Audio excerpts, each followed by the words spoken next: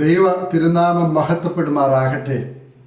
October 26 കൊടി ഉയരുന്നതോടുകൂടെ ഭക്തി സാന്ദ്രമായ പരുമല പെരുന്നാളിന് തുടക്കം കുറിക്കുകയാണ്. പരിശുദ്ധ പരുമല തിരുമേനി ഞങ്ങൾക്ക് വേണ്ടി അപേക്ഷിക്കണമേ എന്ന മന്ത്രധ്വനി കേരളത്തിൻ്റെ എല്ലാ തെരുവുകളിലും പാതകളിലും ഉയരുന്ന ഒരു കാഴ്ച അതിമനോഹരമാണ്. All roads leads to Rome എന്നൊരു പ്രയോഗമുണ്ട്. കേരളത്തിൻ്റെ എല്ലാ വഴികളും അടുത്ത ഒരാഴ്ച പരുമല ലക്ഷ്യമാക്കിയാണ് ചെയ്യുന്നത്. പരിശുദ്ധ പരുമല തിരുനാളിൽ മാത്രം നാം കാണുന്ന അതിമനോഹരമായ ശ്രേഷ്ഠമായ അനേകം ആചാര അനുഷ്ഠാനങ്ങൾ ഉണ്ട്. അതിലൊന്ന് കൊടിയേറ്റ സമയത്ത് നടക്കുന്ന വെറ്റില ഏറാണ്. എന്തുകൊണ്ട് പരുമല തിരുമേനിയുടെ പെരുന്നാളിൽ പരുമലയിൽ മാത്രം വെറ്റിലയേർ നടക്കുന്നു എന്നുള്ളതാണ്. പരിശുദ്ധ പരുമല തിരുമേനിയുടെ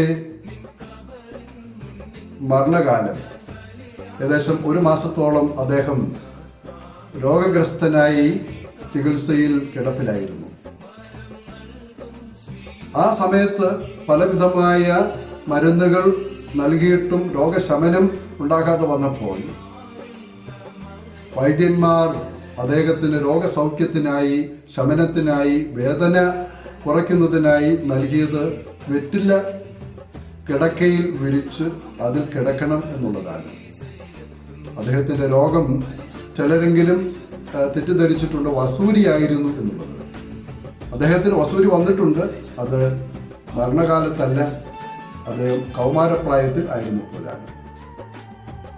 സഭയുടെ എല്ലാ ഉപവാസങ്ങളും നോമ്പുകളും പ്രാർത്ഥനകളും വളരെ കൃത്യമായി പാലിച്ചിരുന്ന തിരുമേനിയുടെ വയറ്റിൽ അൾസർ ഉണ്ടായിരുന്നു, അർശസിന്റെ പ്രയാസവും ഉണ്ടായിരുന്നു.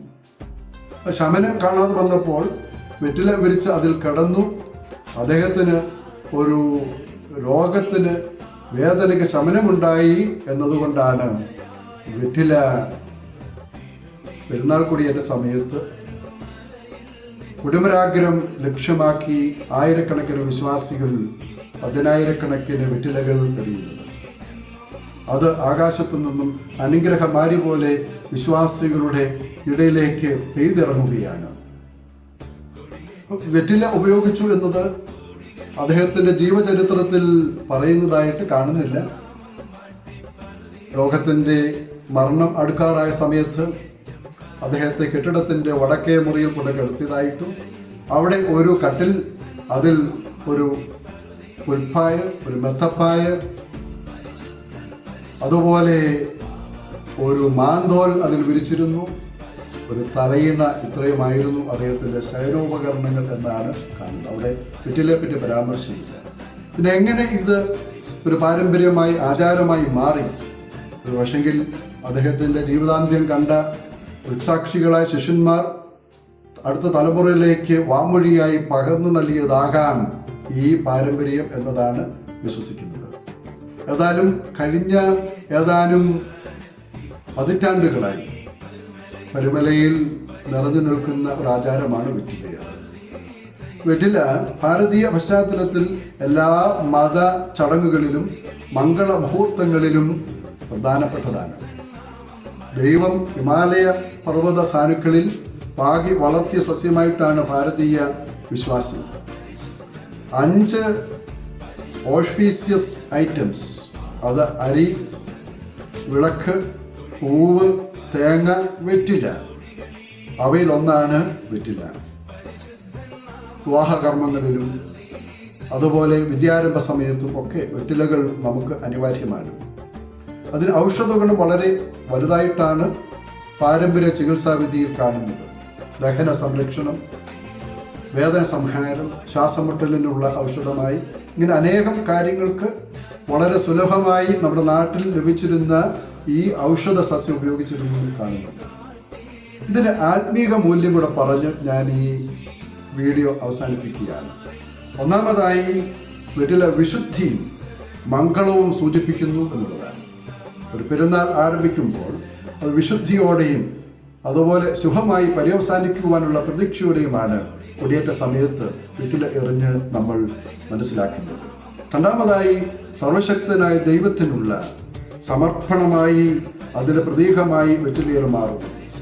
വിശ്വാസികൾ തങ്ങളെ തന്നെ നിർമ്മല ജീവിതമായി ദൈവസന്നിധിയിൽ സമർപ്പിക്കുകയാണ് തളിരിലകളായ വെറ്റില വലിച്ചെറിയുന്നതിലൂടെ ചെയ്യുന്നത്.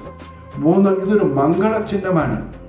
ഒരു നല്ല കാര്യം, ഒരു പെരുന്നാൾ ആരംഭിക്കുമ്പോൾ അതിൻ്റെ ആരംഭത്തിൽ വെറ്റില എറിയുക വഴി ഒരു ശുഭ പര്യവസാനം ഉണ്ടാകുവാൻ തക്കവണ്ണം വിശ്വാസികൾ പ്രാർത്ഥനയോടെ മംഗളകരമായി ആരംഭിക്കുന്നു എന്നുള്ളതാണ്. 4, വെറ്റിലയ്ക്ക് പ്രാണവായു വർദ്ധിപ്പിക്കുന്നതിനുള്ള ശക്തിയുണ്ട് എന്നുള്ളതാണ്. പെരുന്നാൾ ശുശ്രൂഷകൾ നടക്കുന്ന ആ ഒരു പശ്ചാത്തലം, ആ ഒരു ചുറ്റുപാട്, വിശുദ്ധമായ അന്തരീക്ഷം നിർമ്മിക്കപ്പെടുവാൻ, സൃഷ്ടിക്കപ്പെടുവാൻ വെറ്റില എറിയുക വഴി വിശ്വാസികൾ ആഗ്രഹിക്കുകയാണ്. വാക്കുകൾ അവസാനിപ്പിക്കുന്നു. പരിമല തിരുമേനിയുടെ മധ്യസ്ഥതയും പ്രാർത്ഥനയും എല്ലാ വിശ്വാസികൾക്കും, ഭക്തർക്കും, നാനാജാതി മതസ്ഥർക്കും, നമ്മുടെ നാടിനും അഭയമായിരിക്കട്ടെ എന്ന് പ്രാർത്ഥിക്കുന്നു.